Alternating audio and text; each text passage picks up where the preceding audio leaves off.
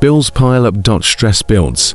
Everywhere you look, the news is screaming about recession, scarcity, and uncertainty. But if you pause for a moment, truly pause, you might notice something unusual happening inside you. Amid the chaos, your spirit feels unexpectedly calm. A quiet in the middle of pressure that doesn't match your bank account or your calendar. This isn't denial. It's not pretending everything is fine. No, this stillness is a divine signal. Think of it like a shepherd gathering the flock, keeping them calm, because something important is about to happen. You may be under financial strain, but if you sense a subtle shift, don't panic. Don't doubt yourself. You're not behind schedule, and you're certainly not imagining this. Today, I want to show you 3 signs that you are entering your season of financial increase. And I'm not talking about hype or empty motivational cliches. These are patterns rooted in Scripture. Signs that appear before God moves in someone's life. Stick with me by the end. I'll pray with you, and I'll give you one actionable step to align with what God is doing in this shift. Type in the comments, "I will not miss my season." Before we dive into the signs, let's set a kingdom guardrail.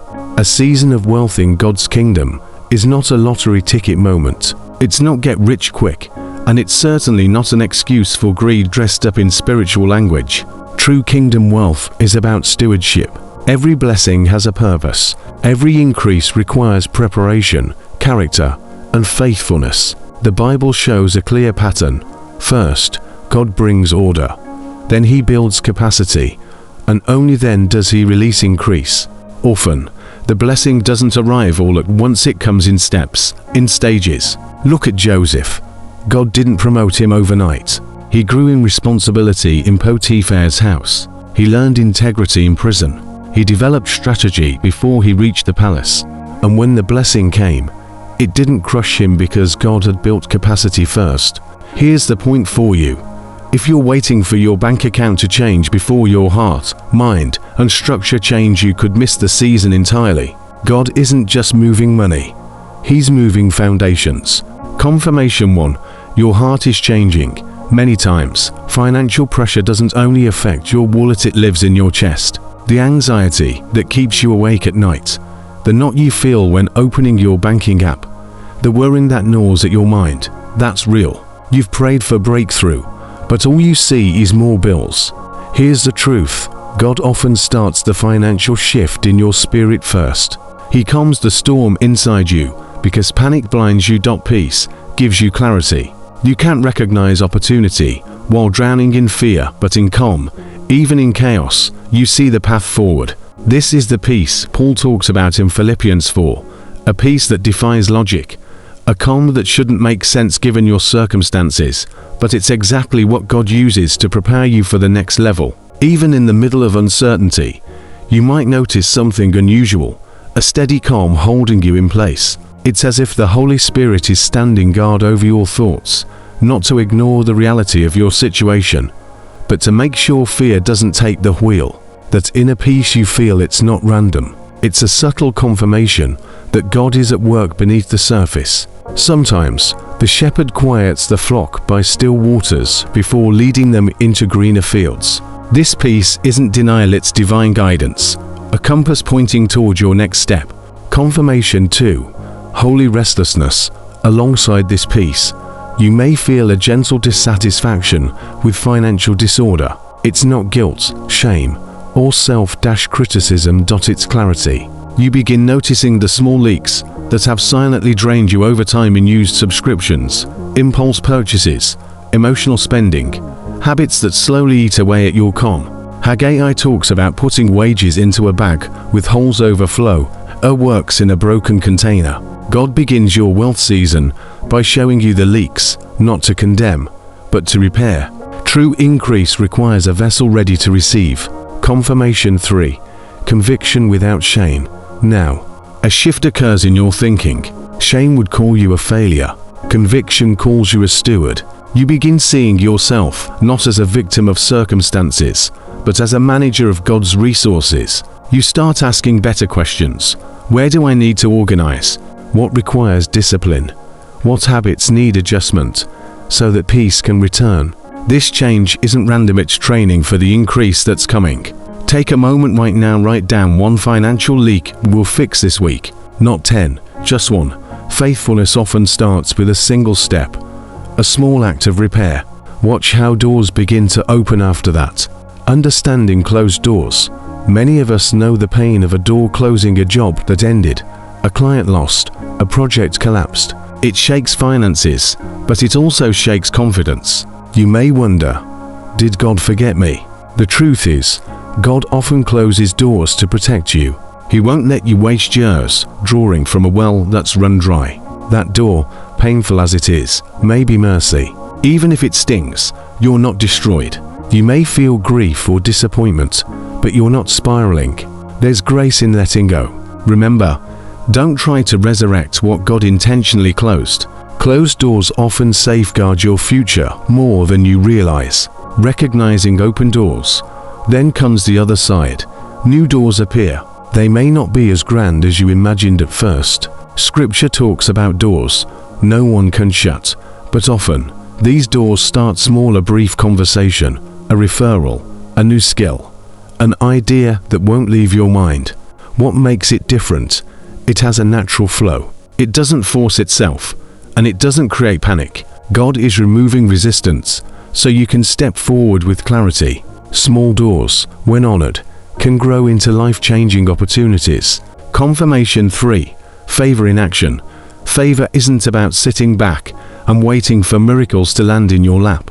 True favor is God aligning circumstances so that the right opportunities connect faster than you could arrange them. It's an unexpected yes, a hand reaching out just when you need it, a door opening before you even knock. Psalm 5 describes favor as a shield, and when it's on your life, you'll feel the difference. Resistance drops, paths clear, momentum builds naturally.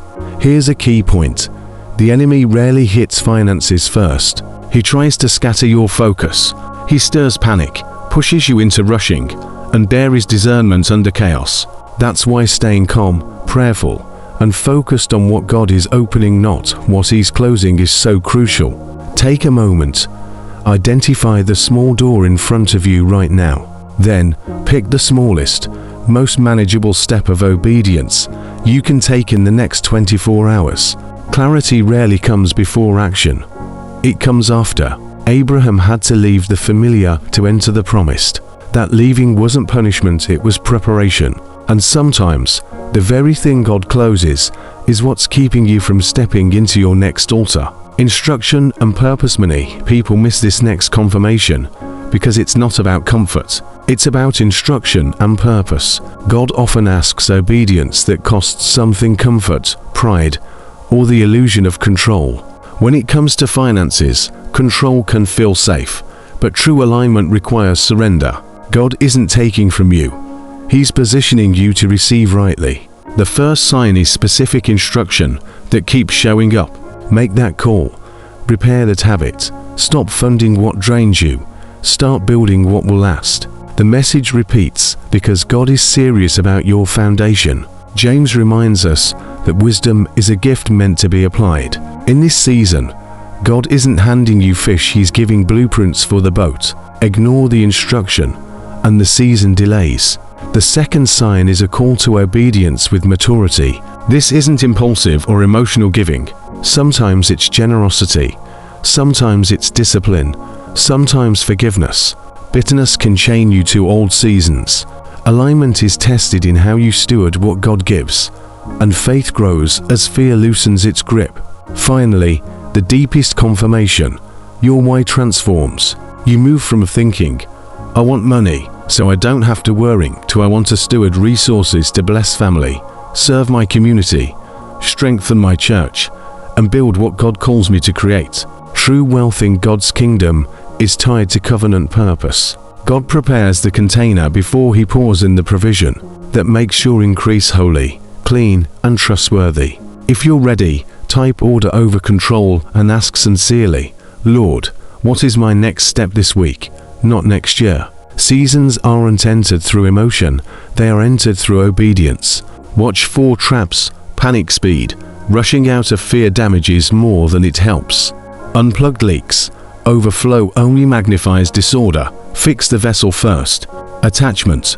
You cannot carry a new season while clinging to the old one. If you recognized one confirmation, you're in preparation. To other shift is near. All three.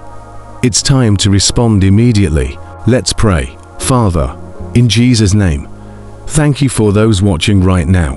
Thank you that you do not abandon us under pressure. Grant discernment to recognize your hand in this season.